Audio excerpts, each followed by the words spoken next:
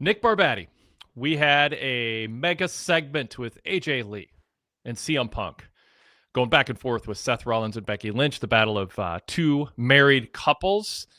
What'd you think? I think you and I are a more interesting married couple than either of the two that we saw on the screen today. I You know, disagree. That was a good segment. it was a oh, see, I didn't care for the segment at all, which Yeah. is it's just really interesting to think about.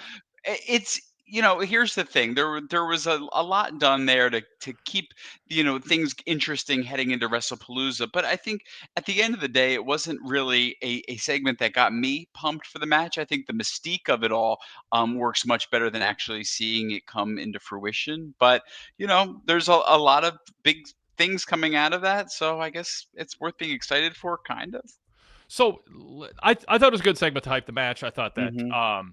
AJ Lee was I think she continued the momentum that fans have wished upon her and their excitement for her return. I thought that she presented herself well. I enjoyed CM Punk playing off of her. I think what I liked most is Seth and Becky playing off each other. I think it was better Yep. for Seth as a heel. I think Becky has been really good in bringing things out. Like I thought some of the highlights that were the presumably unscripted things, just little utterances under people's breath in response to what somebody else was saying. Oh, and you never will, like to win a title and that kind of thing. Yeah, obviously it's a long pro wrestling segment. They had their talking points and key lines, but it felt like these two were really going at it, and the crowd heat was tremendous, but also not distracting in some of the ways that sometimes it can be. Yeah, I think it was fine. I think watching Seth and Becky right now, this week less so than last week. They have a chemistry that is not totally dissimilar from Randy Savage and Sherry Martel from the late '80s, early '90s. There's Mhm. there's something about them both being physical threats, and yet that annoying, really kind of amped up heel that is working. It's working for me better now to have Becky in this role than I really anticipated Yeah. for her at this point. I think what you just said something that resonated with me though. I am not impressed by AJ Lee at all in the return, but I am impressed by how inspired Punk looks by having her there. Hmm. And I think Yeah. that actually is the real benefit of it all. But I think in general, I think vocally she lets down the segment. I think the idea that she is this big, physical threat for Becky, even if it was just a playing possum type backing away, it doesn't entirely fit compared to who Becky has gone up against in the past. I think in general, though, I think Punk was really the star for me of the segment, in that the glimmer in his eye, the excitement that he's having in this Yeah. particular moment, to watch him literally be happy. Heck, he even did his hair for the segment. It was quite nice. So I think yes, that Punk has gotten, and the timing couldn't be better. An injection of some energy from the energy that AJ Lee is bringing, and he does seem like sometimes there's like humble brags and self-deprecation that feels like you're really trying to put yourself over for how humble you are. And in Punk's case, it does feel different when he goes, "Hey, listen, the crowd knows who AJ Lee is. I don't need to introduce her. They're chanting her name. They paid to see her, and I am AJ and AJ. I am AJ Lee's husband. She's not my wife." And it doesn't feel far fetched. It feels, I mean, Mhm. obviously It it was is. endearing. It Yeah, it really wasn't. was. It was endearing, and it feels sincere. It's obviously objectively, factually true, but in the spirit it's being said untrue. Punk is a way bigger star than AJ Lee, but right now AJ Lee is the shiny new returning star, and she does have a presence and a charisma and a confidence to her that I think matches Punk's, that complements and works well with what Punk has also.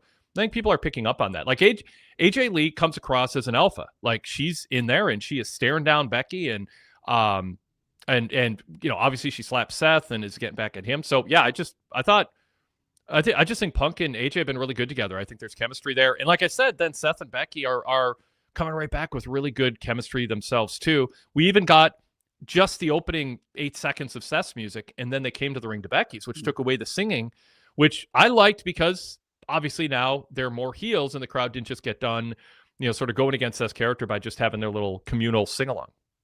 I agree with you. I think, by the way, the slaps were excellent in the segment. I think they really they were the punch to it all.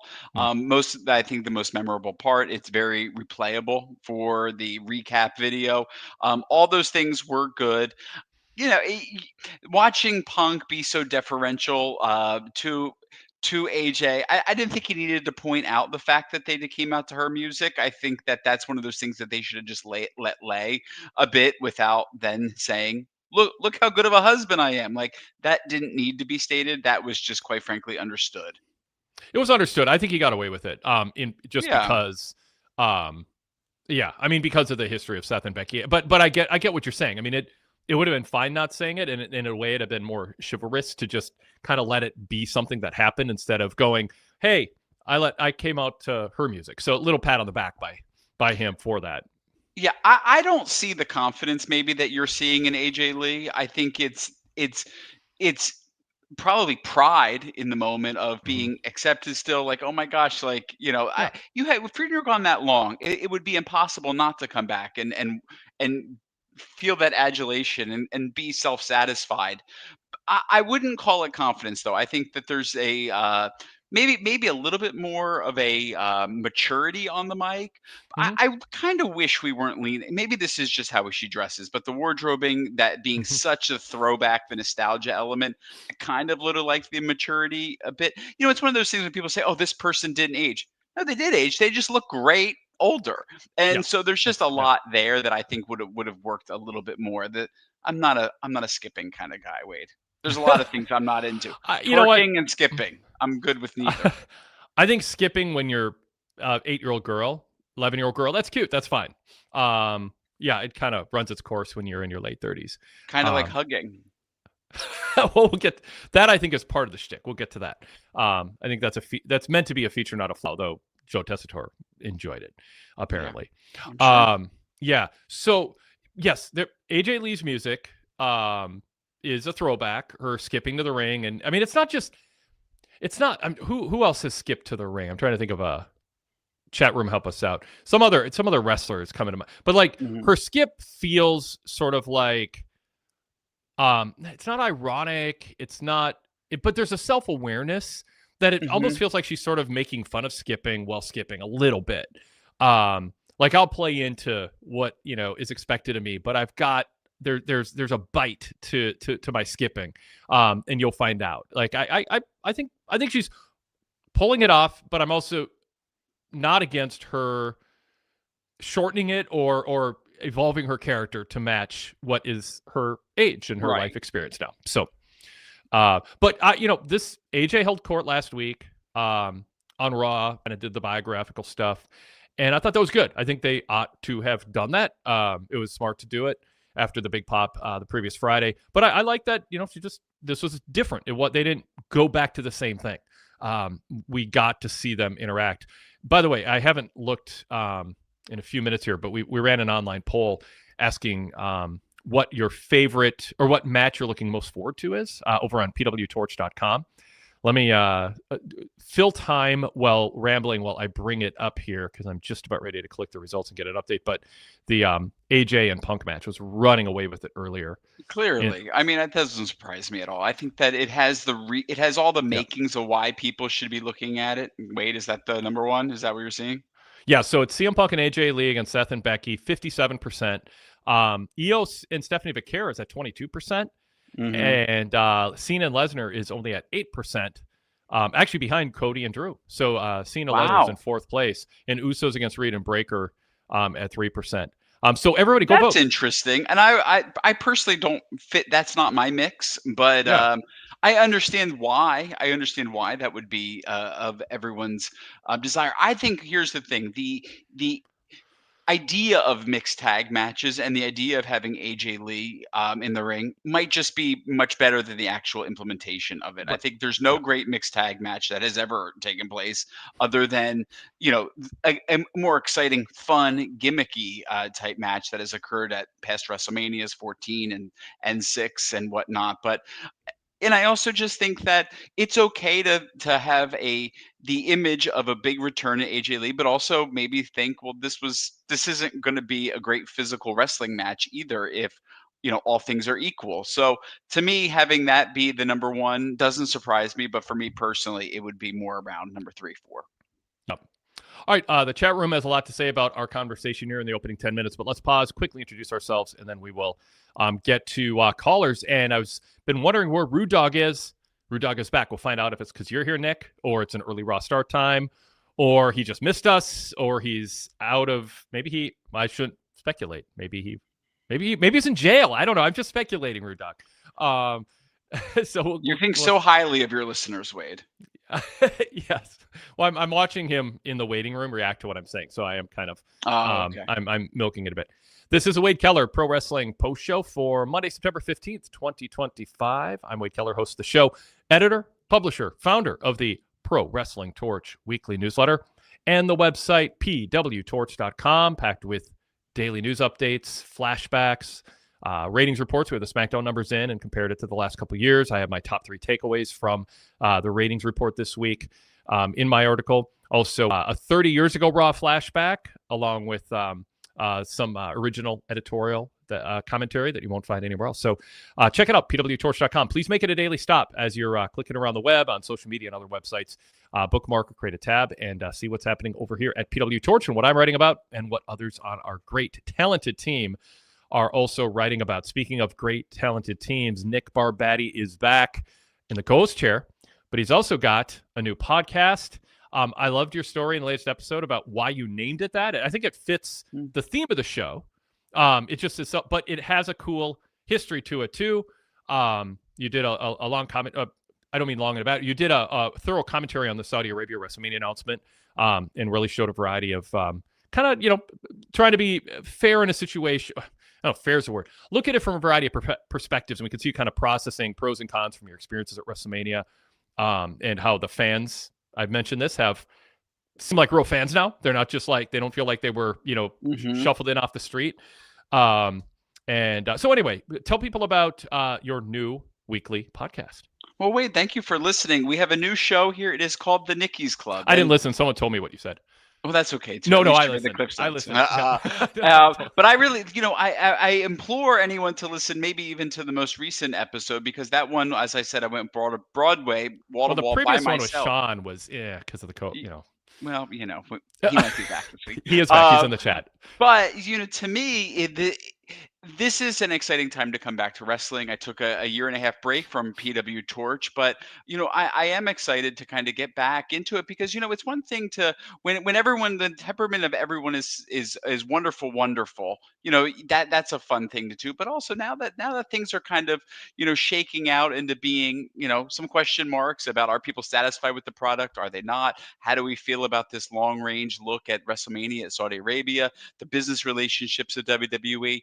To me, I think this is actually a really exciting time to be talking about wrestling, because we're entering into, it seems like, yet another new era that is going to begin here with WWE. So every week it's going to be posted Thursday nights, right, Wade? A mixture of various different co-hosts. Yep. And I wanted to feel like you're talking at a Sunday dinner with your family members about wrestling. That is my great memories of listening to wrestling and talking with my brother and my dad over the years.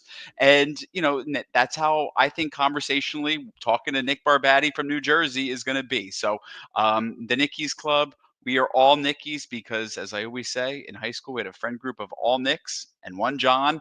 Don't be the John, come be the Nick, and join us every week.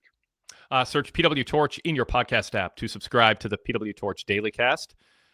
It is available there right now, the first 2 episodes. Search PWTorch. It is free to subscribe. And then, of course, our wonderful and valued PWTorch VIP members get the commercial-free version of the show.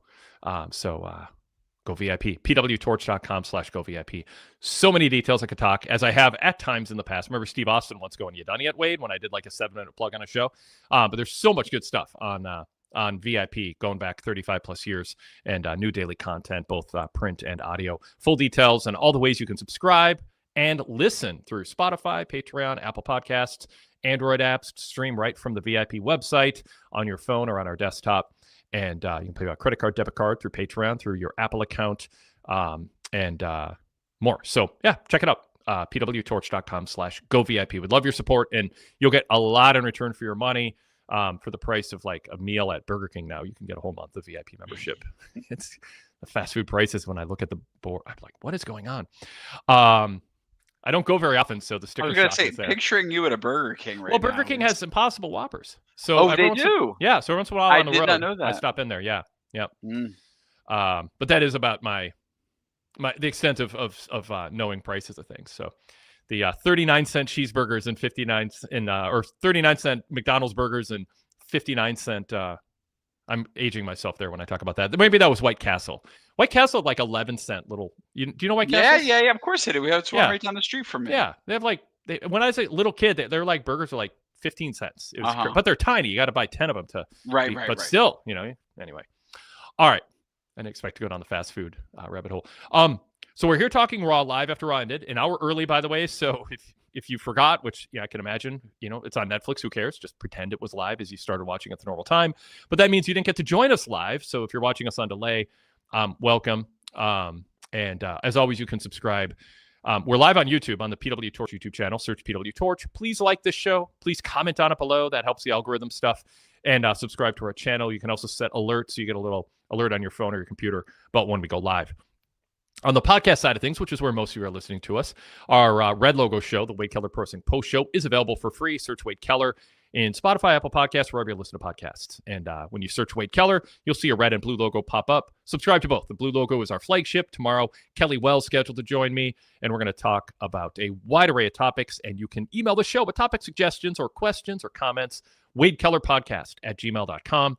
I think we're recording on Tuesday night, so you got some time to get that in, your questions in. But we'd love to hear from you. If you're in the chat right now, I challenge you to be part of the flagship this week and flood our inbox with some questions in response to either tonight's Raw post show or anything going on in wrestling. wadekellerpodcast@gmail.com. Speaking of the chat, if you're watching us live, join in the chat. There's a robust and friendly. Wait, how long is this going to go on? I know. I could tell you're losing your patience. This is about the people, the chat, and our interactive format here. And now people are not debating, but talking about Whopper deals and In-N-Out burgers. So join in the chat if you're watching us live. And you can also be a caller. If you are a VIP member, you'll see the link to that in my Raw report. Check out my Raw report at PWTorch.com or VIP members, the ad-free website, PWTorchVIP.com. I'm trying to see if I can get Nick's head to explode as I find new things to plug. All right. Let's I got to think now. Did I get everything? Okay. I think I got everything in. Wait, this is my first Raw post show in 5 years, I think. No, really? Yeah, it's been a really, really long time. Well, it's been 3 hours and started an hour later, and that's way past your bedtime. So much. Yeah, so much so. Yeah, well, good to have you. Thanks. Did I introduce you? That was so long ago. I think I introduced myself. All right. Let's I got to bring Rudedog on. I don't want him to fall asleep. I don't want to lose him here. It's been a while since we've heard from him, and then we'll get to some of the chat comments on our A block talking about the AJ Punk Seth Becky segment. Rudedog. He's taking a sip here. What's going on? Where have you been? I don't know. Long story. I don't know if you want to hear all about it. I'll make it as quick as possible. I moved to Michigan. Mm-hmm. I started dating a musician. We worked on music for a long time, but now that's over. So I came back to New Jersey, and going to be working as a scare actor again this season. Oh, yes. At Frick Fest. So yeah. At what fest? I talked over it. It's Frick Fest at Six Flags. Sweet. So, yeah. I know someone who works that, actually. Well, you should come on down. I'd be happy to scare your pants off, Nick. No, thank you. My pants are sewn on. Thank you. Unlike Brock Lesnar's. That was a good Cena line. We'll get to Cena segment, of course. Or he pointed at a sign. I assume it was legit. Where it's like my jorts are stronger than your pants, Brock. Because for those who didn't see SmackDown, Brock's pants tore wide open in the back last week, and he had blue briefs on, and he was embarrassed and trying to laugh it off on his way away from the ring in a character-breaking moment. Anyway, Rudedog, talk to us. What's on your mind? Good to see you again. But yeah, I've been still obviously a VIP member, been following you the whole time, so sorry for my absence, but so I don't really know where to start. This one might be a trigger subject, so I'll start with that. Now that Dominic Mysterio has the AAA Mega Championship, do you think this title will now be defended on WWE programming or just stick to AAA? Ooh, I hope just AAA. Nick? I mean, I imagine that's not my both. prediction. You, That's my you hope. just threw it at me, and then you just started talking. I do that all the time. I think you will see it defended at some point on WWE. I don't think it'll be a weekly thing, but I definitely think it could be a special occasion match to draw eyeballs and draw attention to it. So yeah, I think you can anticipate that. Yeah, I was going to say that was my hope, not my prediction. I think you're right. I don't think it'll be regularly defended Rudedog, but I don't think they'll be able to resist having an occasion where it is. And I will say this, in fairness to WWE and defend off, well, I don't know what it's fending off, but we're critical of AEW for the ROH thing, and Tony Khan knows, people didn't seem to like when he incorporated ROH a few summers ago into AEW, and it was part of a ratings decline period when a couple other things happened at the same time that could be contributors to the rating decline. But ROH doesn't have a reason to exist that's been explained. It isn't in another country with a whole heritage. It is just the predecessor to AEW, catering to hardcore fans who like work rate and international stars, and they're the sickos. So it just became a minor league derivative version of what it once was, and never explained where it fit into the landscape. AAA obviously has a place. So I think Triple H is complementary. So a title from AAA appearing on Raw or SmackDown feels like, oh, it's a guest title shot from another promotion that has its own reason to exist. And that's why I'm more okay with that, even though I'd be okay with them not doing it, but I'm okay if they do. Whereas the ROH stuff, it just continues to be unexplained, and I'm more critical of it.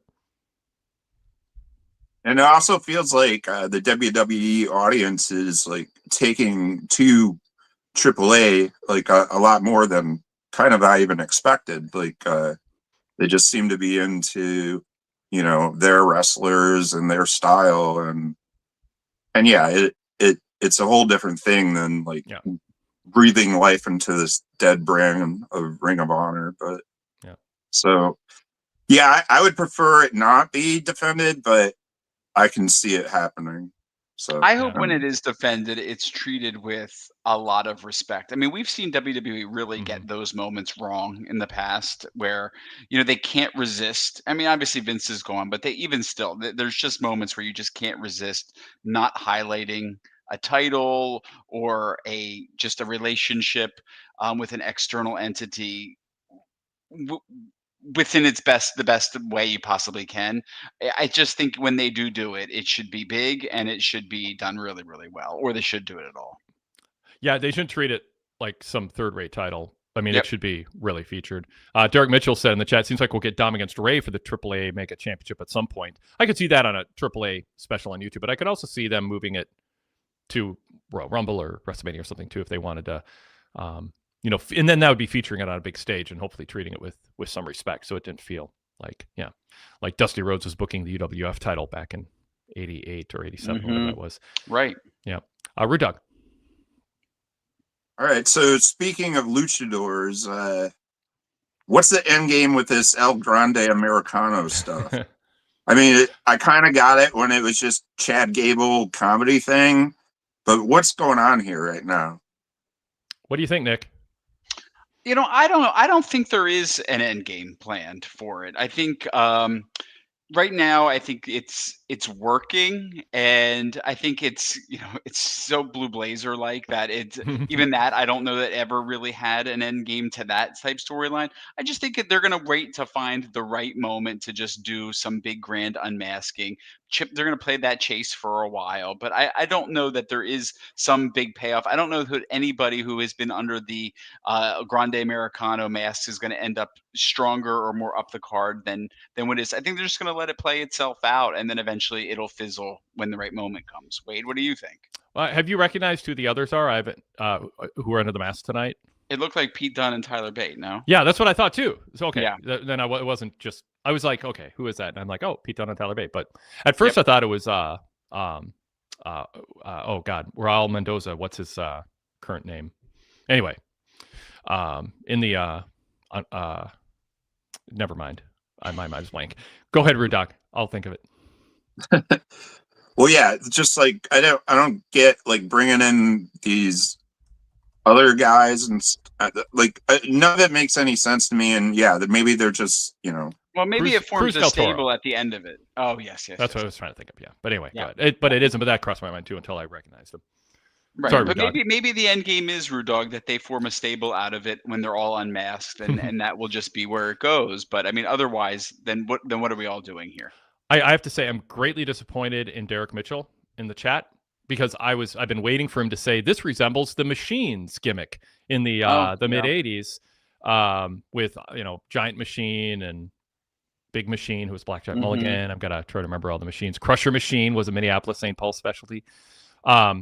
And where, just get a bunch of masked versions of something. Obviously, I mean, I think, I don't know what the timetable is for Chad Gable, but I think they might play this out until he comes back. And then that's when they'll be kind of Brock Benningfield, great minds thinking alike, just said when Gable comes back, that's when the story will go somewhere. So I think they're stalling until then. Gable should be they shouldn't do it. They shouldn't pay this off until he's back. No, he doesn't have to be able to wrestle. He just needs to be able to be on TV, but ideally he can wrestle when he comes back. So, yeah. Derek Mitchell, by the way, said, I agree with Nick. I don't think there's an end game right now. On a side note, my favorite wrestler masked was Dusty Rhodes as a Midnight Rider and Junkyard Dog as Stager Lee. So there we go. Go ahead, Rudedog. Yeah, I mean, my only thought could be that it's leading, like they want them to be like a American luchador heel faction in AAA, but then it doesn't make sense because El Grande Americano like helped Dominic win the belt and he was cheered, profusely. So it's like, I don't know what's going on, but whatever. Probably they don't either. So. Right. Let me throw in quick before we move on to Rudedog. Derek Hubbard on this topic said, much to my surprise, the El Grande act is working. It's an enjoyable part of the show. Mm-hmm. Moreover, Ludwig Kaiser has taken the gimmick and running with it. This is a new showcase for his talent. I'm not surprised he can pull this off, but it's tangential, but not completely separate from the type of charisma and personality he showed with the other gimmick. There's always been a little bit of a sly, I don't know, my vocabulary is sardonic little twist to his presentation that this also has a spirit of. Yeah, I agree with that. Yeah. All right, go ahead, Rudedog. All right, so different subject. So John Cena's opening promo, I mean, it was kind of bland. I mean, but he had the crowd in the palm of his hands because they never talk about his Division III football career, but because it's not really anything to brag about, but yeah, so it was bland, Rudedog. I totally agree with you. I thought it was just like a house show type promo and a real waste of a date, personally. I mean, if I was going there with the excitement and the reason of seeing John Cena as me being there, I'm leaving sorely disappointed. I disagree with both of you. I thought this was one of his better promos. And why? And because he was actually talking about his opponent in wrestling, not meta stuff, not corporate stuff, not statistics, not social media, not big corporate deals that is unrelatable to fans. He talked about Lesnar being a bully. He doesn't back down, and he's going to bring it to him. He said saying no would be smart, but I have 6 appearances left. One of them is going to be standing up to Brock Lesnar. I thought it promoted the match. So I'm not okay. So yes, relax. It was a good promo, but was it a strong segment? No, to me. I mean, I wish there was some level of interaction. I wish there was something more that went along with it that made it more memorable overall. Wade, relax. Sadler version 3 says, I thought the promo was a good babyface promo from Cena, unlike most of his others. But what are we doing with this, the last champion? I'm getting to that. I have an asterisk. I'm trying to not get ahead of myself here. We will get to that in 1 second. Brock Benningfield says, good babyface rally cry. And Derek Hubbard says, I agree with Wade. I enjoy straightforward, I'm fighting for fried John Cena. So yes, the last real champion. And I wrote about this in my Raw report at PWTorch.com. We don't cover every topic on the show that I write about and analyze in my written report. So there's always a value going there, everybody who is on the podcast side of things mostly. And I do not like this last real champion thing. I think it continues. The effect of it is negative, and it was the old thing about Triple H saying Undertaker and I are the last of the Smash Mouth wrestlers when they were fighting, and it's like everybody who follows, and there was a down period afterwards. Like, what do you expect? The 2 of the top stars are saying nobody's as good as us afterwards. Cena saying I'm going to be the last real champion as a heel was I'm going to retire with the belt and it'll never mean anything. I'll break the lineage. It was a heel gimmick. He didn't drop it. He's continuing with it. And he doesn't have the championship. So what are we doing? Well, that's what he's saying is Cody's not the real champion. Cody beat him. He has yet to be gracious enough to say, thanks for the good fight, Cody's a better man. He just, as he did in the build to WrestleMania, he doesn't talk about Cody often enough. I'm not saying he has anything against Cody. I am saying that it looks like he hates Cody Rhodes if you look through it as promos in a meta sense, that he's jealous of him or angry at him or doesn't want to put him over. I'm not saying that's inside information and true at all, but John Cena, if he doesn't intend for that to be the case, if he doesn't intend for that to be the case, he should step back and go, wait a second, I am being ungracious. I am being self-centered. And there is going to be there are tickets that are going to have to be sold after I leave, and Cody's going to be a headliner. And maybe if I want to leave the business better off than I left it, I shouldn't ignore the champion who beat me and act like there'll never be another champion who's real once I retire after 6 more dates. He's not gracious about the way he presents himself. So I'm complimenting tonight's promo, mostly because of an absence of irritants, but I thought it was fine. I mean, I thought it was good otherwise, about just straightforward, rah babyface. There's a heel I don't like him. I'm going to put up a fight and try to beat him. But there's a way he could do it. The way, I mean, a version of just, spitballing this would be to say, I thought I was going to be the last champion. Cody Rhodes proved me wrong, but I'm at least the last champion from my era. And there's not anyone that's going to beat me on my way out. And that would be directed back at Brock Lesnar. Now, one caveat, and I want to give them room for this. And although there's a pattern with Cena, and I don't think they planted the seeds for this in the weeks leading up to Mania when Cody was just not, or a couple weeks. He didn't mention Cody's name when he obviously should have.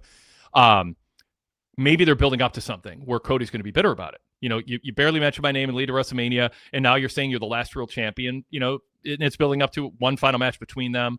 It's not a good way for Cody to turn heel, because I'd be on Cody's side on that one. But I'm just saying, I don't need to book out the details and have it all make sense. Maybe it's intentional, but if it's not, it's very ungracious and self-centered to John Cena, and it's unfortunate, because you don't want Cody showing up in January going, I'm the WWE Undisputed Champion, and fans in the back of their mind are going, yeah, but you're not the real champion, because we love John Cena and we trust him, and he said he was the last real one. That's a heel gimmick, and he's still doing it. And he tried to frame it a little bit, like, I'm going to explain what it means to be the last world champion. He goes, it's not about a belt or a main event or being the face of the brand. It's about leaving the place better than I found it, and not taking about my ball and going home. Well, like I said, you want to leave it in a better place than put over the champ who's going to be headlining and selling tickets when you're gone. Rudedog. Well, you mentioned this, and Cena mentioned this, so it's in show canon. He only has 6 appearances left. So after Saturday, there'll only be 5. So I can't imagine there being more than 2 matches left, if that. Where do you see Cena, last match happening? Who might it be with? Nick. Well, I think it's going to be at that Saturday night's main event. And I'm at a loss, honestly. Wade, the idea of Cody Rhodes being the final opponent, I don't want to do that again. I agree the SummerSlam match was better than the WrestleMania match, but I mean, how much? There's nothing else to give. They left it all out on the mat at SummerSlam. I just don't see it. Then you also think about. I've heard people say Gunther and all this. That just is not that appealing to me. I feel like we just saw that with Goldberg. So who's on the table at this point? There's nobody. There's nobody that is inspiring me. I said AJ Styles. I thought that was the one that, if they were going to revisit some old feud that has a classic feel to it, that they haven't overtly done yet, that they think would still get a quality match, I would say that would be the one to do. Brock Benningfield, perhaps jokingly, says Baron Corbin. That was when Cena sort of got bored with the business, gave up, and just was phoning it in. That's when he stopped putting forth the admirable hard work that he had for 20 years before that. Mark Biscotti says it will be Gunther, and he beats Cena, and no, it's not appealing. Ryan Solorio says, I hope Cena has a one-on-one match with Dom. That'd be nice. So yeah, chat, keep guessing or give your wish list, for who you'd like to. Wade, who would be your wish list? I'm intrigued still with something with Cody, but I can't quite figure out how they would do it. Because we already got the face-face matchup and the Cody wins. So we ran up, I was going to bring this up too, because I ran a poll this a couple months ago asking who you were most excited to see Cena face. Yes. Okay. I ran it on June 8th. So I'm kind of curious now. We've seen some of these, a lot of them. Cena versus Cody, Cena versus Logan Paul, Cena and R-Truth in a rematch, Cena against CM Punk, Cena against The Rock, or other. And the results for Cena versus Rock in first place, as the match people are most excited to see. That got over 600 votes. Second place is Cena versus Punk. Third place, Cody against Cena. So, I mean, The Rock? No. I mean, The Rock. Yeah. Have you seen him lately? He's not in wrestling shape. he can wrestle in the late Scott Hall's Elvis outfit. I don't know. I think Drew McIntyre is a possibility. Yeah, Drew would be a great guy. Yeah. Yeah, I think he would be really fitting and really good. But I also think again, I wouldn't be shocked about AJ being in there either. I would be shocked if that's his last match. Okay, well, you're allowed to be. Yeah. So, wow. Look at that attitude. All right, go ahead, Rudedog. Well, I like both of those options. I mean, I don't need to see a repeat of Cody again. I mean, what else? What else can they do? So, I don't know. I feel like we're missing something obvious, but yeah. Does Stone Cold have one more left in him, says Brock Benningfield. Derek Mitchell said, in an ideal world, it'd be Edge, but that's not going to happen. Not sure anyone else has a cashier name value to wrestle in Cena's last match. Yeah, that's right. Well, stay tuned. It's fun when it's not predictable. Right. All right. Well, I won't keep you forever, but I just have one quick one. The 7 p.m. start time, it was today, and it's going to be again next week. What is the reason for that? Is that because of Monday Night Football or something, or what? It's weird because Netflix doesn't care. I mean, I shouldn't say they don't care. I mean, obviously you want the most live viewership, and if you start it out early and a bunch of more people start watching the show, even if they tune out when the football game starts, you have more people watching instead of the pregame. So I was talking about Jason Paul this weekend. We went to the Viking-Falcons game. Fortunately, last night. What a snoozer! Oh my God, it was close, but I don't know. The AJ McCarthy era lasted all of a week. Not 1 week, 1 quarter. Yeah. Well, last week I was sort of tongue in cheek saying that he's given Anthony Edwards a run for his money already as the top athlete in town. He's going to own this city, and now all of a sudden people are like, is he ever going to start a game again after that performance? So. It was fun to be in. I've been a Viking season ticket holder for years at the Metrodome, but I hadn't gone to this. It's 9 years old. This was the 9th home opener, and I hadn't been in the stadium for a Viking game.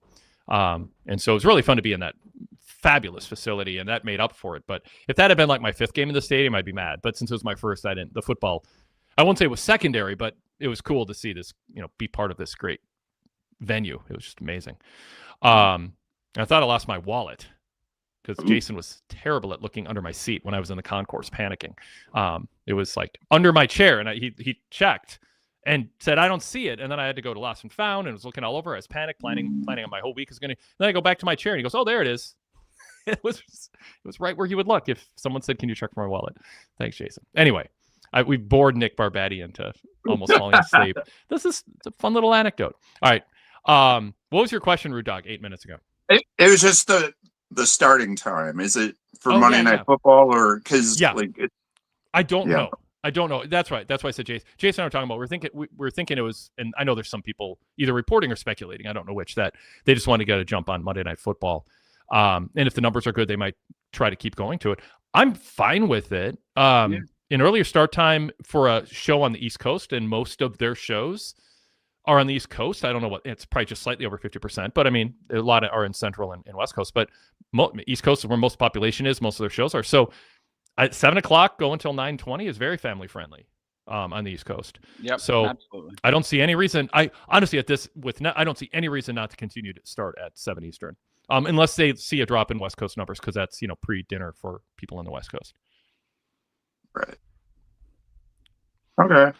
Yep. Well, that's about all I have for tonight.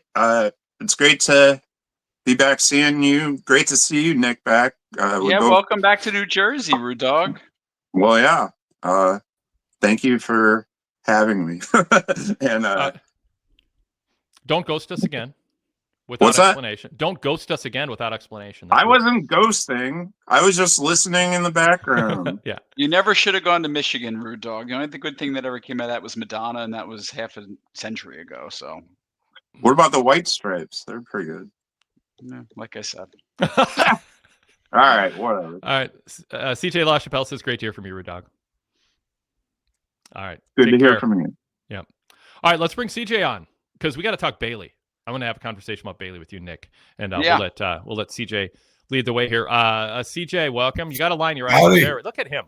See how quickly he lined his eyes up with the camera, Nick? Like took 3 minutes. It was good. 3 minutes in our pre-production meeting get you to aim your camera so you're. So Nick, I heard you complain about the hugging. Well, I'm not a toucher on anyway. My dark side. Yeah, I was.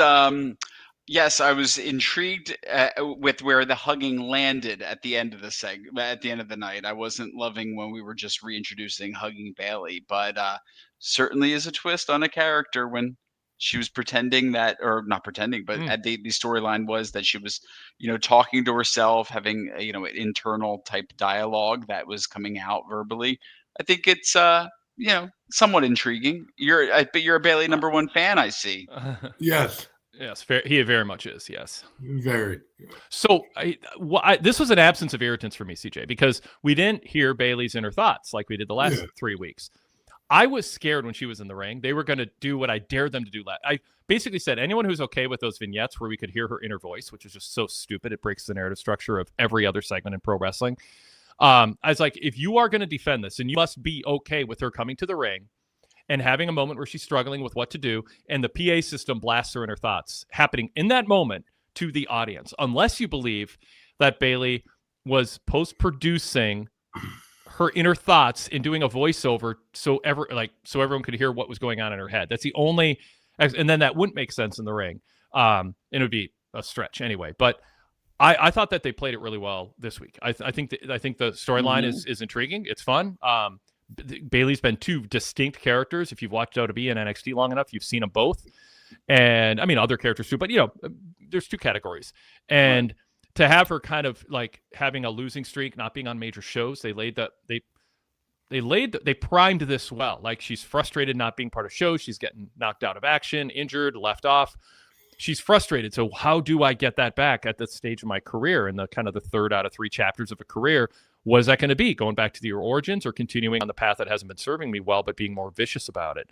So the story makes sense. The execution of the vignettes was so tone deaf and awful.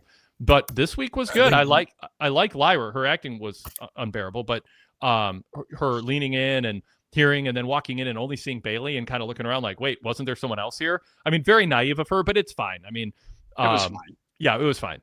I mean, everyone at home was like, come on, you got to know better. But it was necessary for the skit. I accommodate that creative license. And Bayley just, then snapping at her. She's very, very unpredictable. So, yeah, I thought this was a good week for CJ. I really liked it. However, I was a little upset, or not upset, that's the bad word for it. Disappointed. I was hoping for the full return of the hugger. Inflatable 2-man, everything. Side ponytail, everything. Hopefully we'll get that, even if it's a one-off down the road. Mm-hmm.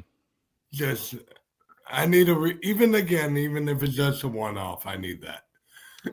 Nick, where do you want this to go, and where do you think it's heading?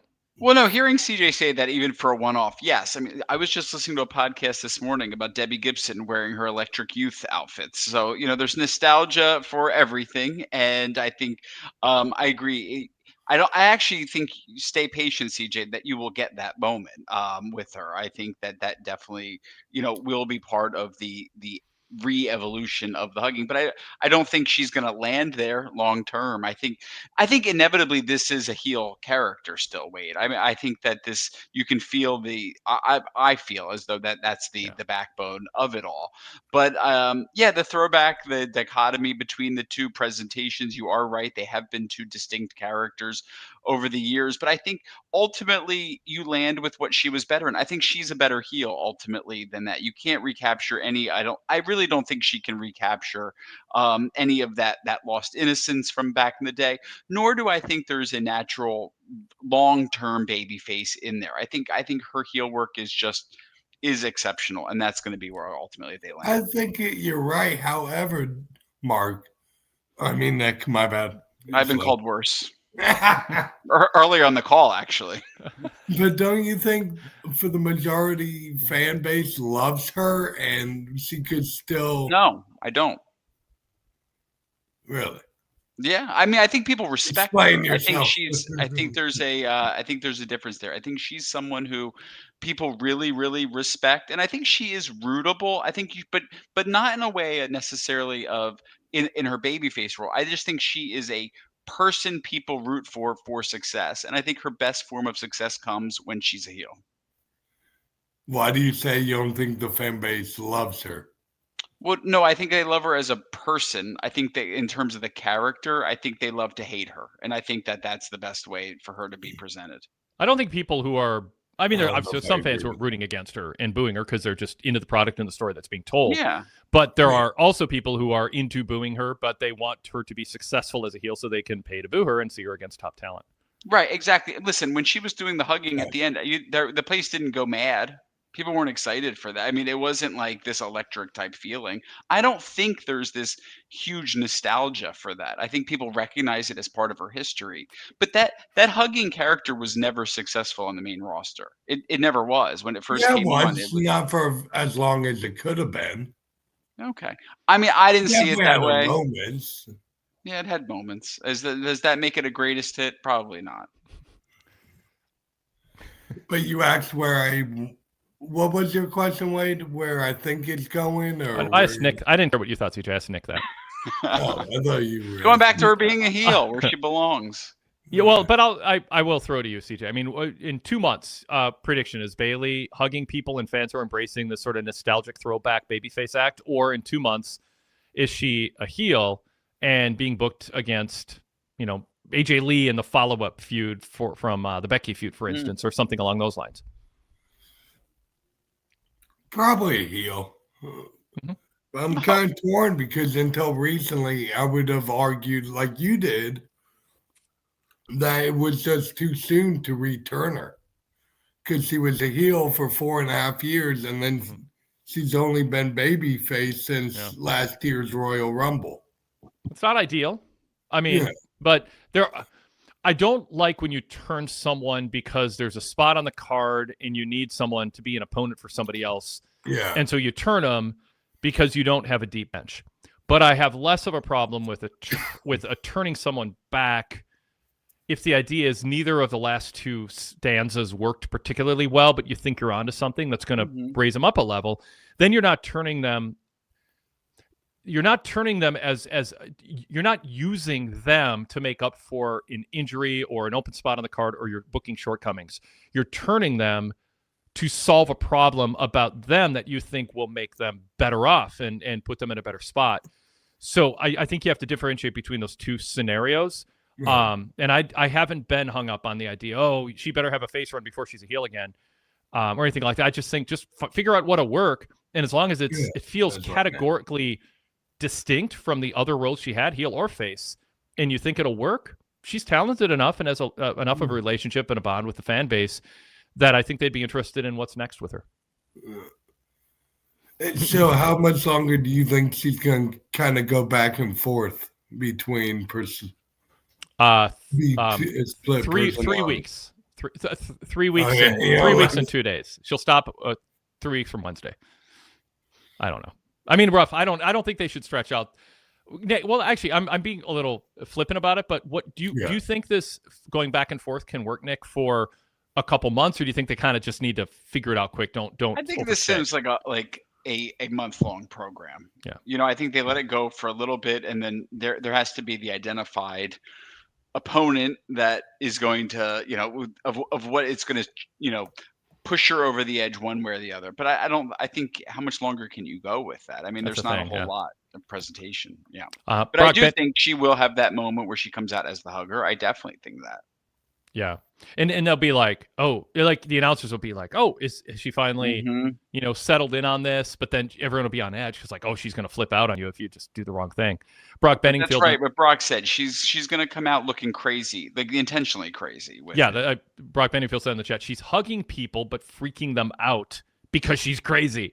Exactly. Yeah. And I think she's playing that part well right now. So I mean, Yeah. I'm not saying rush it. I'm just also saying don't stretch it out in a way where it loses, where it feels like it's gone on too long. Because it's like the Jey Uso entrances were amazing at the beginning. And it's like, okay, can you do them before the show goes on the air, please? We don't have, 9 minutes to spare every week as TV viewers seeing what for us is the same thing over and over. Derek Mitchell predicts at the Royal Rumble, is Bayley going to pull a Mick Foley 3 faces of Foley and come out as Hugger Bayley, Heel Bayley, and Ding Dong Bayley? That'd be dumb. Because he shouldn't be able to enter as 3 different people.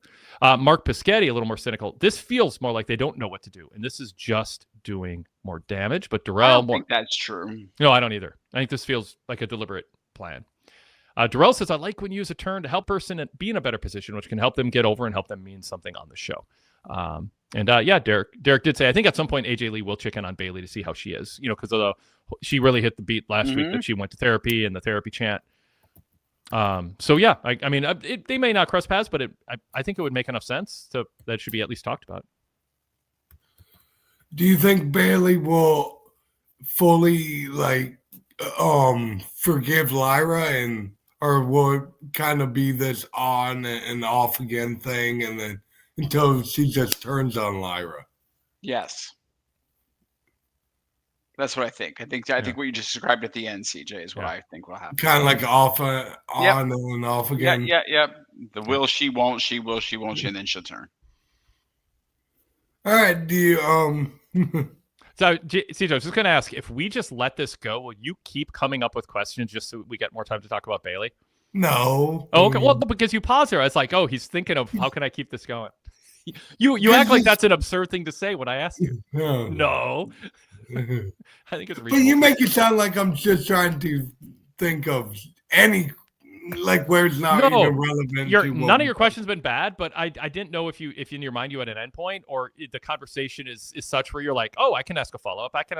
Because you have a lot to say about her and you're like, I like talking about her. CJ, are you a Jersey guy too? Atlanta, born and raised. Oh, wow. Okay. Atlanta Braves fan. Yeah. Oh, wow. There you go. Anyway, sorry. See, I was just, we got to joke around a little bit about Bayley. Do you see a championship in her future? Ooh, that's a good question. I wouldn't rule that out, Nick. I wouldn't rule that out either. I mean, I think, it's interesting that they're giving her such a storyline without a title attached to it. That seems rare for them in the women's division. So, yeah, I would say that this is a best case scenario of getting her back in a title spot is to have such a spotlight storyline attached to her. I think that's much better than she was prior to it. Yeah. Cool. So I'm excited. Again, I'm hoping for the Hugger full return. I think it could last at least a couple weeks if they wanted it to, don't you think? I think you could. I mean, I'm not ruling out she doesn't end up turning full babyface, but maybe it's after AJ Lee, says, "Hey, let's get you back. I remember you. Let's get you back to where you were." I don't know. I mean, the thing is we spent a legit 10 minutes or so asking pertinent questions about Bayley's character right now, and not just lamenting, trying to figure out is she just going to retire? Is she going to fade into the mid card and be a gatekeeper? She's intriguing right now. I did not like, I thought it was really dumb and as everybody knows who watches and listens to me, the whole we can hear her inner thoughts. It just was a terrible production choice by people who should know better. But I said as a caveat every time, I think this is good for Bayley. And once they get past this, they got some stuff to work with here. And I think she passed the test this week that she's playing the part really well. I mean, her sitting on the couch, just looking at Lyra and snapping at her for not knocking. And I could have been dressing. I could have had, whatever. I could have been on a date and been undressed. I don't know. Anyway. Cool. So when do you think her next big match will be? But she hasn't been on a PLE since Evolution. That's true. Is that a bad sign? No, it's not a bad sign. I think everything with the women's division feels cyclical of who they bring in and bring out of the major programs and of the title pictures. But I think, you'll be seeing her back in a month. Survivor Series, CJ. She'll be on Survivor Series. All right, thanks. Yeah, you're welcome. Good talk. Thanks. Nice meeting you, Nick. Nice to meet you too, CJ. CJ, it's Mark. It says Nick on here. Oh, that's a joke. It's his name's No, Mark. CJ, don't listen to him. It's Nick. It's Nick. He's annoying. All right. All right. Why are you like this? Like, how many? Like, do you not get enough attention? Like, what is happening with you? I just do it when you're on. It's like setting you off. All right. Let's see. Okay. So I said earlier in the show, we had a lot of conversation about the A block. And since we talked about AJ again, let me read a few comments in the chat we didn't read on the show. So I'll just kind of do it chronologically so I don't lose track. Siler Vision 3 said Punk did a great job of pushing AJ to the front and making her appeal equal to him. No, he did not. He made her. He did the thing where, and I agree, it's good, but I don't know that he made her an equal to him. I think it was so forcibly putting himself behind her. You know, Whitney Houston used to do that with Bobby Brown, and I know that's a crazy comparison, but before things went really bad. But it was when you have some like real big major superstar marry someone who's a star, who's a good sized star, and then they purposely push themselves behind them to put the light fully on the spouse. I don't know that it's ever successful in making that person appeal equal, but it felt like a really good husband in the moment. Wasn't your first concert Linda McCartney presented by Paul? No, it was Shania Twain actually at the Trenton Sovereign Bank Arena. Yeah, I just remember. Linda, yeah. All right. Ryan Solorio goes, Seth and Becky played Punk and AJ like a fiddle. Durrell says, I like how Punk and everyone else in the ring help continue to get over and help grow AJ Lee.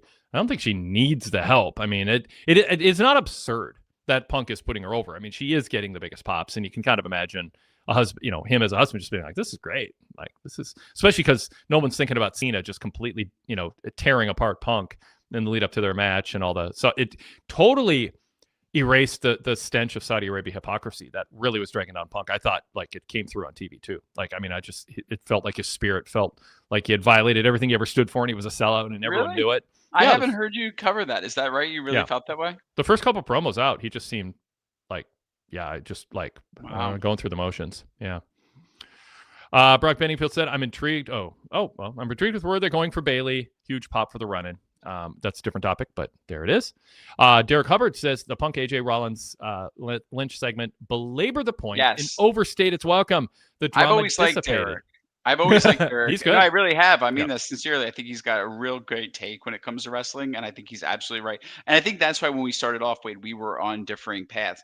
I'm very sensitive to when a segment overstays its welcome. It ruined. It could be a great segment for 15 minutes in the last 5, and it's just ruined for me. I had a difficulty until you started recalling some of the high points in it. Then I got kind of what you were saying, but it was not some electric segment for me. It really wasn't. And I also think when they said the comment about Rollins and Becky playing them like a fiddle, that wasn't strongly that was the low point of the segment for me. I didn't think it was explicitly clear that they outsmarted them. I think there was a clunkiness in there. Yeah, it did cross my mind during the segment. Backing up, kind of your thoughts on it, which is, are they getting enough of a crowd response that they're going to improvise and stretch it out? Like, are they getting a signal from the back going, hey, this is good. You guys are on a roll.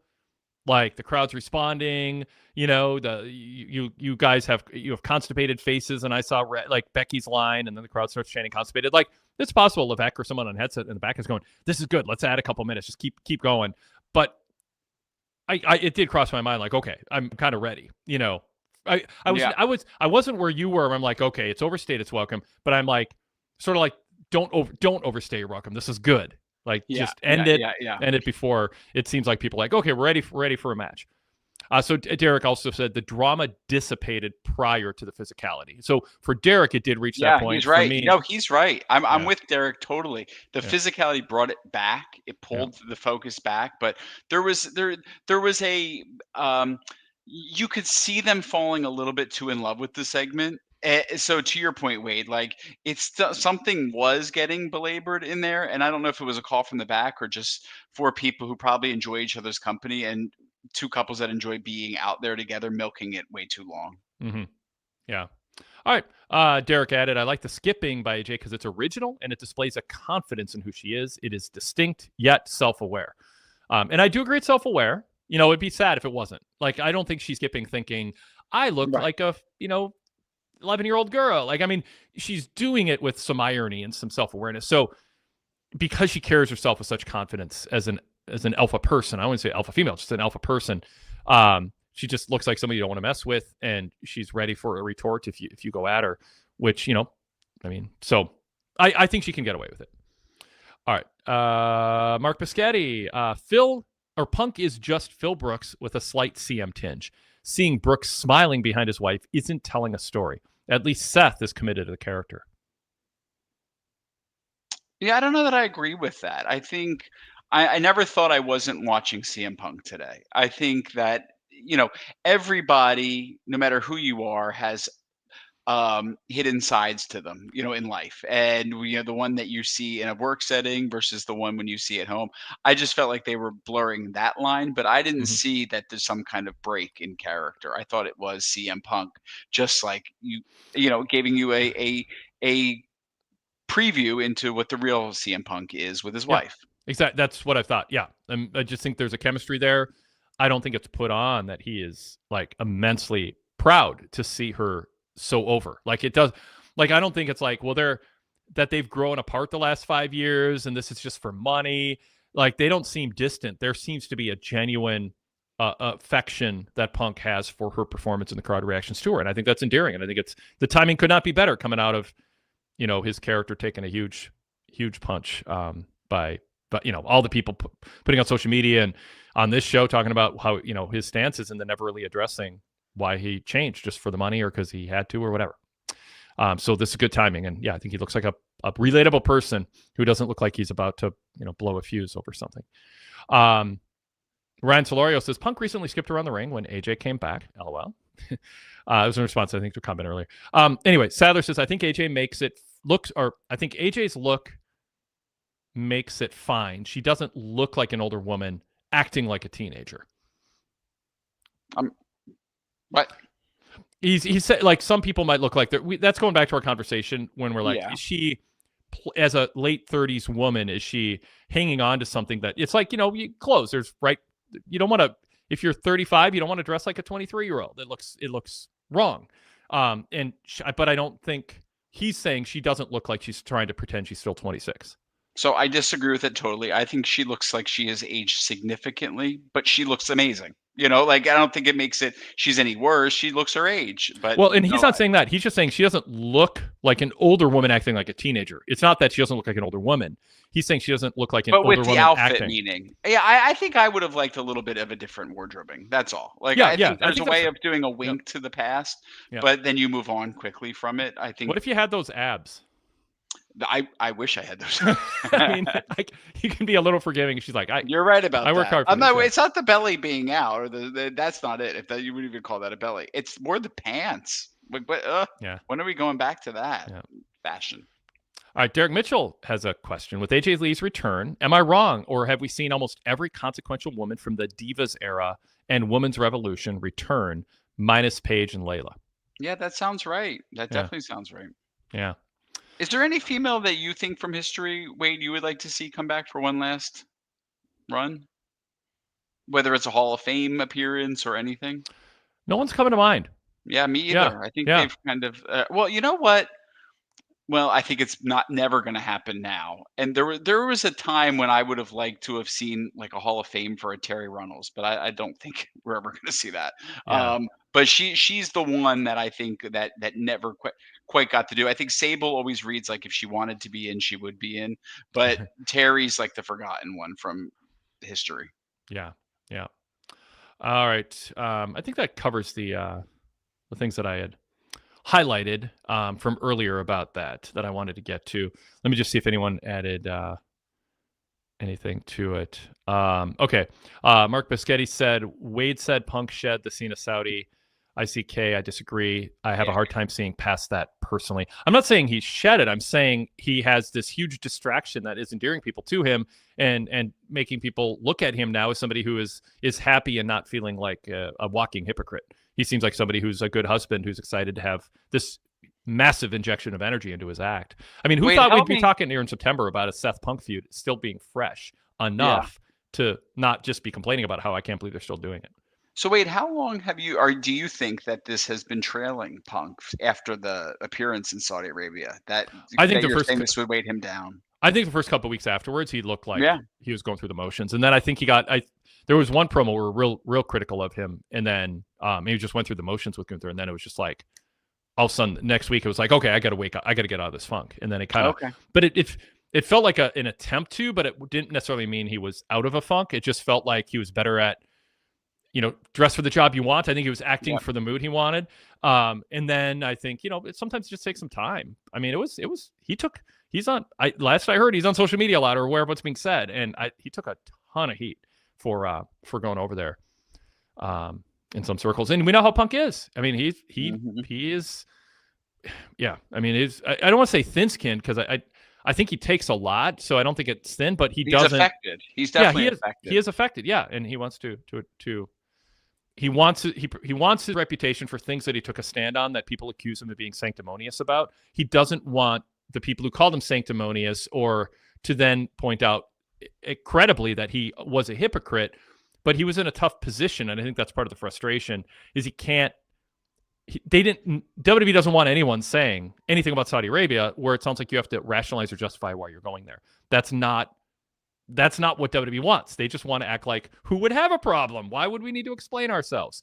So he couldn't defend himself. So he's got to save it for later in a book or a podcast years from now. And it was eating him up, it seemed like, that he couldn't say something, but he knows if he did, it'd be the headline on every website. It'd be all over social media. And there's nothing he could say that wouldn't be dissected. Even if he goes, hey, it's better. I thought it was a terrible thing, but you know what? As long as they don't, do this or that, I'm okay with it because they really have made progress. And these are real. I mean, could have, but then people are like, oh, really? Okay, well, let's talk about some things that happened recently. Or he just didn't want to, it was smart not to go there, but it was a lot to not be able to respond to for him, especially. He's going to have a lot more stops along the way as long as he stays healthy for him to have to for sure go through this. Yeah. Derek Mitchell said, I wouldn't mind seeing Paige return at some point. I thought she had the best women's theme song. Ryan Solario goes, didn't Melina come back in the Rumble, but got eliminated early by accident? Kavanti Smiles chimed in and said, strong Cena promo tonight. So another vote for that.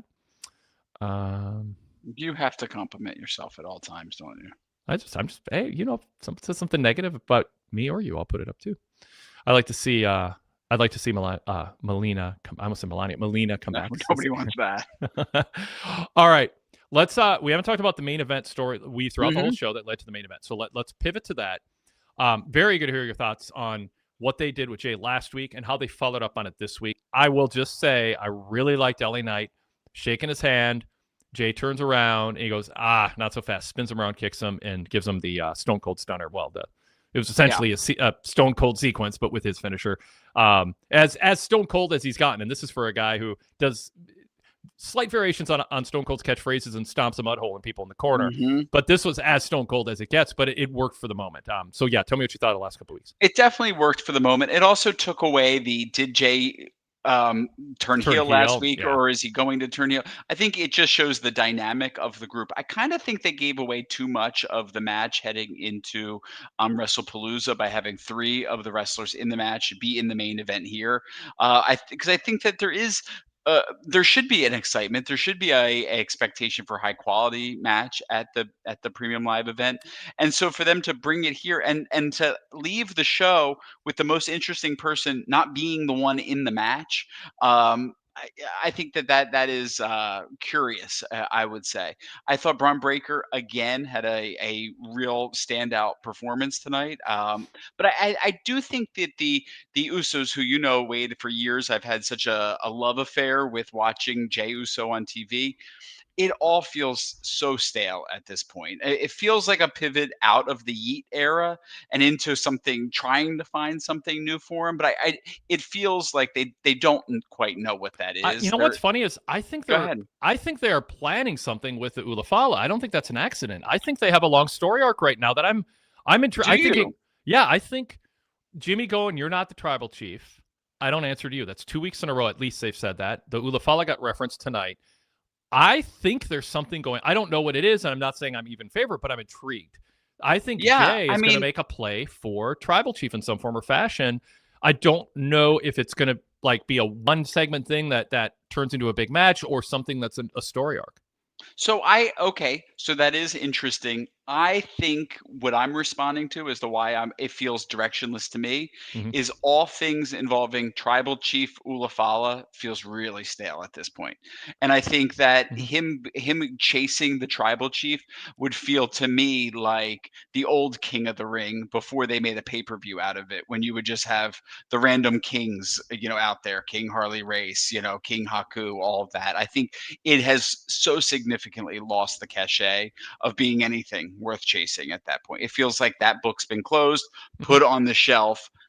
Does it do anything for me? However, I will say this, knowing what Jay is now coming off of, the big run of his life to get merchandise sales, to connect with fans and everything, he has to turn heel from that, because the only thing step down from that is stale babyface who once was. And I really think that the natural progression would be for him to go heel in the eventual.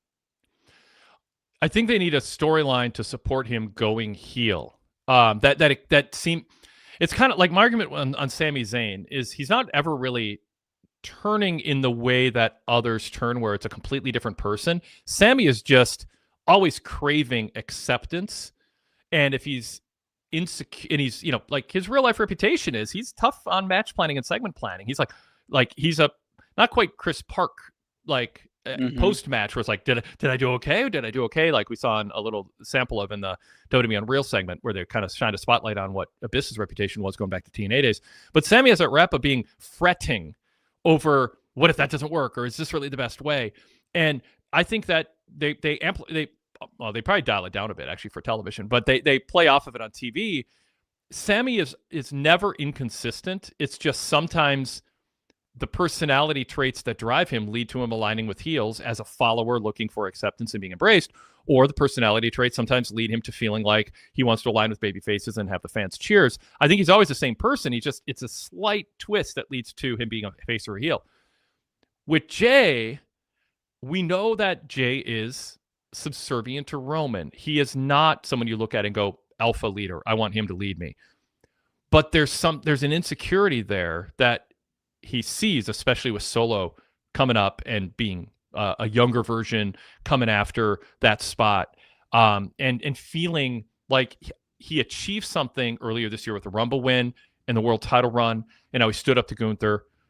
I think he feels like he deserves better. He deserves to be respected more than he is now, or than he deserved to be a year ago before he won the Rumble and had the hot run. I think he's a changed person, and I think there's we see people who are humble, they get successful, and then they have an ego, and you go, whoa, wait a second. This isn't going to serve you well. You can be Right. proud without having an ego. And I think that's a story they're telling with Jay, potentially, and I think there's a good option there for Jay to be like, it went to his head a little. He had this hot run, and sometimes, it's like a Case Keenum Viking has a good year. Like some players have in sports have a good year. A quarterback has a good comeback, but then they go to another team and they're back to being slightly below average. They just had a good year. Right. So the story with Jay is, did he have just a good year? But then he has to go back to being bottom of the top tier gatekeeper babyface, and he can't stand that. So he needs to cheat and be more vicious and ruthless in order to maintain the level that now his ego tells him he should be at. I think there's potential there. Yeah, there is potential. I mean, in fact, there's a couple different, from what you were saying, there were a couple avenues that they could take. They could take him the guy who, everyone else outgrew Yeet except for him. So now he's just jamming that down everyone's throat. But Wade, for years and years, I have said to you, I always thought there was um the Sting Crow character in him. And I'm not saying to go full I know Crow, what you but mean, the though. Yeah. loner, the guy who is brooding and hanging around. Everything else has passed him. Nobody trusts him. He doesn't trust anybody else. That is what I think would be the strongest. I mean, to this day, the strongest version of him that we ever saw was the end of 2020, when he was going up against Roman and he's just being that real tortured soul. Then Yep. that Tortured went soul. on. Yep. That went on for a while, into the original Bloodline storyline, and then it kind of just dissipated, and we haven't seen proper throwbacks to that, except for maybe the past 2 weeks. So obviously, his interaction with Roman has always brought out the best in Jey Uso, except for when they had their big match at SummerSlam, ironically enough. But I do think for him, that is the best path for him to get to. Yeah, Tortured Soul is good. Yeah. Like that just when you said, I mean, everything around it was good, but like that's if you had to pick 2 words, there's something about that you can always play with, and it makes him sympathetic when he's having a successful He was run wounded, and has a surprising win and is on a roll, and he just he seems to just genuinely love the adulation of the fans and wants to give it back and succeed for them, but. Like relationships that burn hot positively can burn hot negatively if something turns. And I think Jay's that kind of person, and they can take advantage of that. And I don't think it's wrong to wave a caution flag and go, are you trying to get too much out of the Bloodline storyline? But I also am sympathetic to trying. I mean, there's a backstory here. I don't think this is, season 6 of Dexter. I think this is can be season 3, which is still good. Although it had a comeback season, I guess I hear. Anyway. Let's see. I think there was a couple comments on this. Darrell says, tonight also continue the build of the second part of the Jey Uso character and building this feud with Jay and LA Knight. Both need this, and Jay's character needs the second build. And for those who don't know, the Usos haven't had a traditional tag match on a PLE since Money in the Bank 2023 and the Bloodline Civil War against Roman and Solo. Yeah. You know who I would put him with when he's better is Tama Tonga. I think he would be a good +1 for Jay. What about Jacob Fatu? No, I see. I think Jacob Fatu sucks up so much of the air from the room, and he feels so fresh. I think Tama Tonga is a good sidekick. Yeah. Yep. And there's something like they look alike, even though of course I know they're not blood related, but they look enough alike that Tama is the bad influence cousin on him. I just think that would really work for me. Sadler Version 3 says, I'm intrigued by the Jimmy J tension. If it was just the Usos back together as normal, I wouldn't care at all.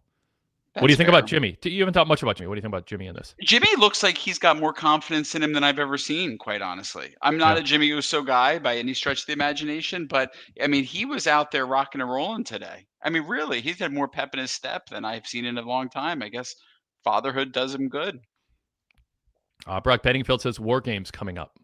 Okay, is that what about is Jay trustworthy if he's in it on a team, or is that where a turn happens or something happens? Same thing could happen with Bayley too. If they do a women's one, she could be on one side and then be on the other, and then be on the other, and then be on the other.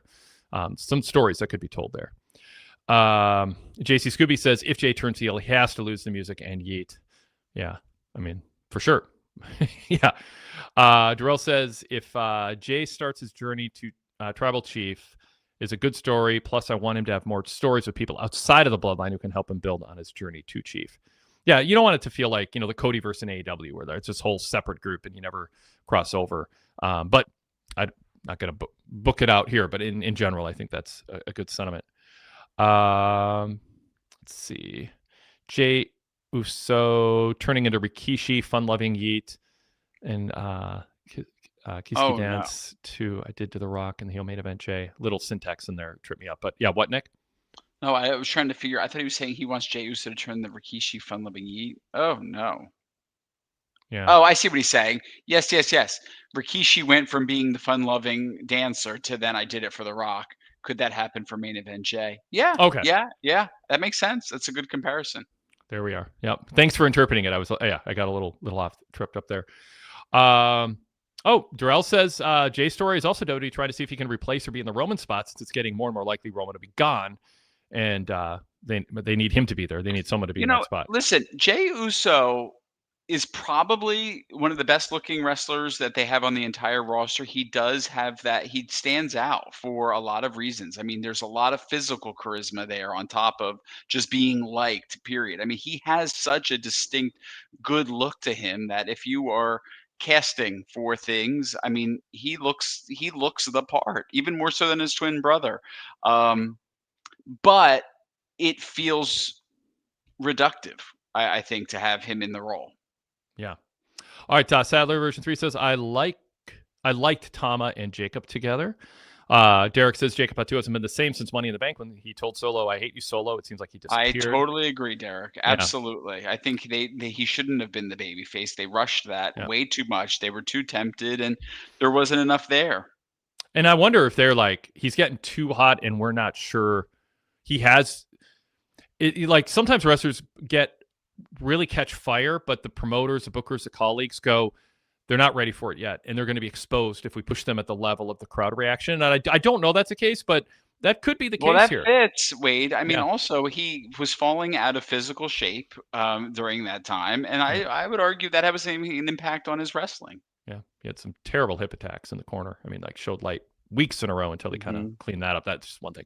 All right, Ryan Solari goes, nice. Jimmy's confidence came when his solo run started. But Sadler Version 3 says, I think the Tribal Chief stuff is tired. He can aspire to be a top guy without that gimmick. I'm with you, Sadler. Absolutely. The Tribal Chief thing feels very B-level at this point. JC Scooby says Jay needs to go solo for at least 6 months before someone joins him. If they Now do. that I don't agree with. I don't think he has to be solo as long as he's taking the lead. And Derek Mitchell says Jay could handle the pressure, but I'm not convinced he has the same star quality as Roman. Well, it's not. You don't want someone to be the same. You don't want Lex Luger trying to replace Hulk Hogan. I mean, you need to be different. I think the question is, can Jay be? Is there a height he hasn't reached yet? Is my question. Yeah, like Stone Cold wasn't Hulk Hogan. Cena wasn't Stone Cold. I mean, when you're around as long as Jay is, it's hard to just completely redefine yourself as the next big thing, centerpiece. But can they tell that story and get more use, more use out of him in a top tier way? Yeah, I think there's something there, but it wouldn't be. Yeah, I think the gimmick would be he's trying to be Roman and he's failing, and everybody sees it, but him. And he won't admit to it. I can't say acknowledge. But didn't they just do that with Solo? I mean, that feels very much the same. That's why I think he needs to go his own much different path. He needs a new move. He needs something that feels more of like a main event finisher. If they really want him to be something else. Yeah, I really feel that way. Yeah. All right, let's hit a couple other points here. Kofi Kingston, Penta, any thoughts on what they're doing with New Day, with Grayson Waller, Nick, and Penta getting a win here with a Springboard Mexican Destroyer out of nowhere? I mean, I don't know. New Day looked like something out of West Hollywood today. It wasn't. I mean, it's fine. I was thinking about how many people thought this was a wasted heel turn with New Day. I don't think it was wasted. I think if anything, they were so stale as baby faces. This is buying them a little bit more time. It's kind of like when the Freebirds went to WCW later in the year in their careers, and it felt like later days, but it's still. They're better than them quality wise and stuff in the ring. Penta is still electric to me. I have to say that. I mean, it feels like there's not a whole lot of character advancement because there's probably not, but he still catches my eye enough to be excited when he comes out. So is there anything really to say beyond that for me? No, but I'm still excited for the future of Penta. And I think Penta versus Dominic is something to look forward to. How about Stephanie Vaquer, Kairi Sane, and then the build to Saturday's women's title match? Yeah, I think it was that everything tonight was good. The match was good. I think Stephanie should not win the title at WrestlePalooza. I think there should be more of a chase there with her going up towards Io Sky. I think that would be, for me, this would be too rushed of a payoff for Stephanie. But she's good. The crowd response to her is great. I think they can build it up even more, though. This would feel like it's the long line of history of the women wrestlers that they just they're the hot one now, so just give them the title. And I think that would be a little bit too soon. What do you think of the ongoing Finn Balor Dom tension over him giving so much attention to El Grande? Yeah, I think it's fine. Is it going to get Finn Balor to a next level of his career? No. I also think there's just a lot more excitement for Dom in other feuds. I think even the idea of Dom, defending the AAA title against his father, which you talked about earlier. I mean, I think even that's more exciting at this point. I don't think there's visions of grandeur with Dom versus Finn Balor in however that unfolds. That does nothing for me personally. I like them together, and I also am getting a little sick of every time there's a group, there has to be internal tension. They rely on that way too much. Sometimes groups just do well, Yeah. My final item, I think, is just LA Knight. Is he being overpushed? Yeah. I mean, this is good. This is a one moment where I actually felt like, he feels natural here. This feels right. He feels, up the card, so good for him, but also not jammed down anyone's throat. I felt like he's operating at optimal level right now. He's got the crowd behind him. Yeah. He's being pushed in an ideal way. He's sustaining himself. No, we say he's sustaining himself in a top tier mix, but this is the Usos and Bronson Reed as part of this, even in Braun Breaker, who's in, I mean, this is not top tier. It's not like LA Knight's feuding with, Roman Reigns or John Cena or, or Cody Rhodes, but he is an important part of like constantly being in main events on Raw. I mean, this is the stretch of weeks that we've had the Vision in a Raw main event. I don't even think of Reed and Breaker and Seth and Becky together right now. They're so on separate paths. It's kind of interesting. And it's been better. But Derek Mitchell says a combination of the Vision has been on the Raw main event since July 28th. They're just headlining every week, but I don't think LA Knight's getting stale. And I think they're tough. I think his acting and reacting is authentic. He's true to his character in the ring. He's certainly good enough. He doesn't feel filler either, which at times he has felt. Yeah. Darrell says tonight shows why Vicaria is a rising star, and they should be coming up with a plan or have a plan for her, because coming back tonight, she felt like a star. She does. She got swagger, but I'm with you. I don't think you need to rush everybody who gets over into being a women's champion. They don't do that with the men. I don't think they should do it for the women. I think they should take more seriously and take people on longer rides. And I kind of like the idea of Io Sky winning again. I mean, she is kind of like the great heel champion of this era for me, that she should be pushed as, of like, even she's the Moolah who keeps getting the belt back. I really feel that way. Ryan Solorio says, I kind of want Stephanie to win so we don't get Io against Rhea again so soon. I mean, but that shouldn't be the. Yeah, that's a blip. It's a less than ideal reason to do something that is perhaps arguably counter. Yeah, exactly. Yeah. Okay, let's. Derek Mitchell says LA Knight's been in 6 out of 8 Raw main events since July 28th. So another stat and it feels fine.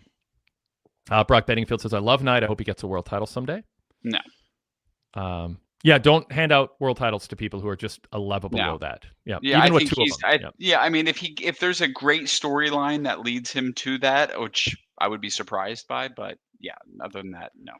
And it's kind of cool, I think, to be on the list. At the top of the list, it's not like winning the NIT in basketball. It's better than that. I know. Wait, I totally agree with you. I totally agree with what you're about to say. Yeah, you want to be at the top of the list of people who fans lament not having a run with the world title than being an asterisk Jack Swagger, Dolph Ziggler world title. Absolutely. Because if LA Knight won the title, there would be an equal amount of people going, did he really deserve that? Wasn't he the Austin Rock ripoff? Yeah, totally. 100%.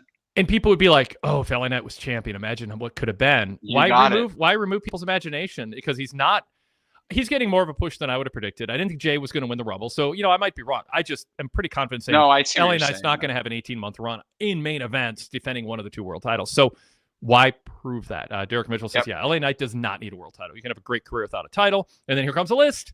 Ted DiBiase, Jake Roberts, Rick Rude, Mr. Perfect, Scott Hall, Owen Hart. Who do you think of that list, Wade, would have been the best world champion? Or Ted had DiBiase. The best moment to be it? A lot of it is the moment you look at their career and their talent and their charisma and you go, they should be world champ. But then you look at the specifics of the moment they were in, like Kurt Hennig. It's like it wouldn't have made any sense. It wouldn't have made sense. No, it would not have. Rick Rude either. I mean, I just don't see it. Yeah, I mean, Rick Rude was an okay world-class championship wrestling world champion. And that was when the company is still relevant. But I mean, to me, Ted DiBiase comes to mind. I just in a perfect world, Ted DiBiase would have had the pre-cartoon, one-dimensional, silly laugh guy. I think Jake Roberts, 90, end of 91, when he turned that like mega heel with the Viper and all that kind of thing, that might have been his one opportunity.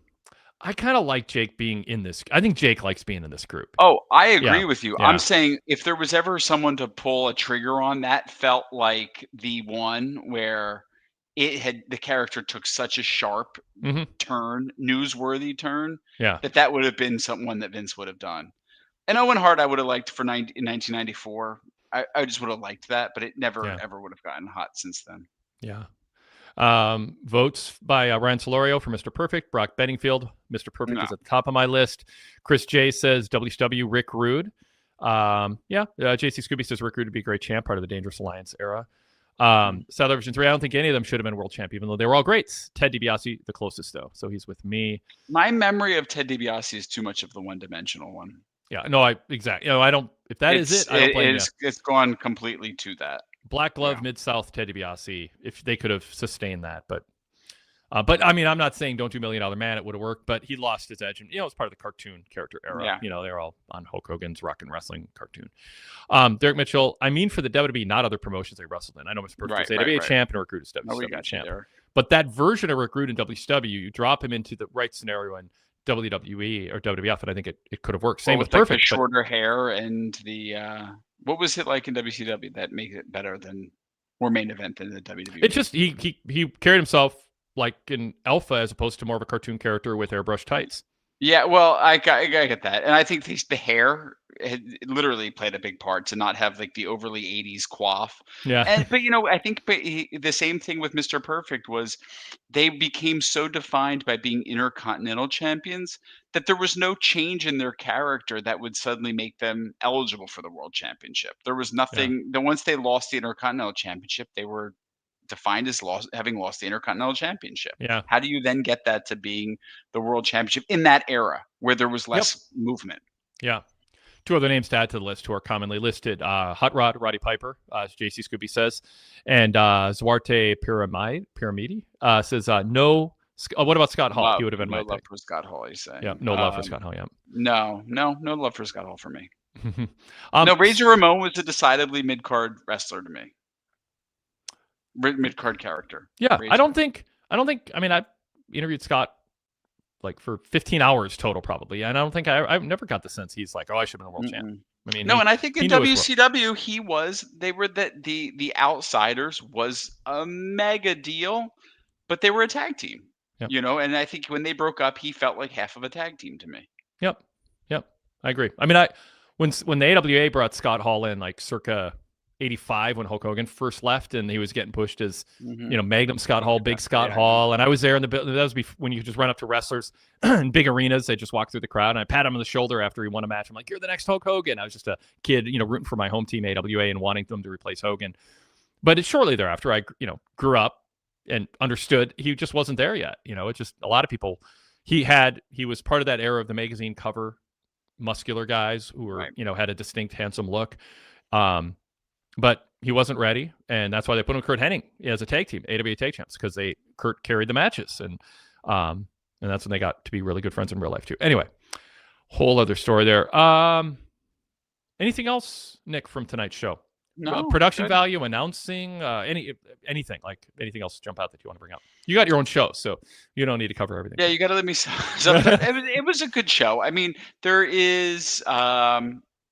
I don't think the show needed to be more than 2 hours, and I still think that even though it was 2 hours and 2.5 hours with commercials, it was, to me, there was still fat in this show overall that if trimmed down would have been better off. But I think ultimately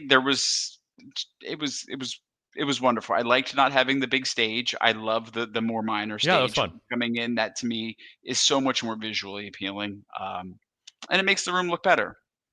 Absolutely. All right, just throw the graphic on the screen. VIP membership. Join us. Where's my VIP face? Member. I don't have it loaded here yet. I need telling you, it's a lot more you. appealing than what I'm looking at. So we got the VIP membership, PWTorch.com/GoVIP. Get our post-event roundtables, VIP exclusive. We're going to try to do our best to have them both after both major events Saturday. Depends on how much Tony Khan wants to mess with everybody with another 7-hour show. But yeah, you can go back to like 2003 or 4 when we started doing the post-event roundtables before podcasting was a word. We were doing podcasts.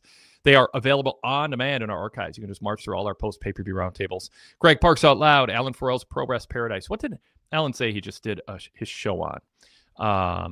It's a cool topic. Let me see if I can find it here.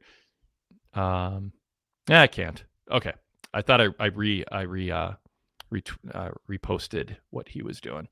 But anyway, lots of good VIP exclusive shows. Everything with Rich and Wade, Wade Keller Hotlines, Fix with Todd Martin, on and on and on. Go VIP, support us, and get a lot in return for your support.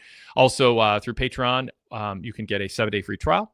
Patreon.com/PWTorchVIP.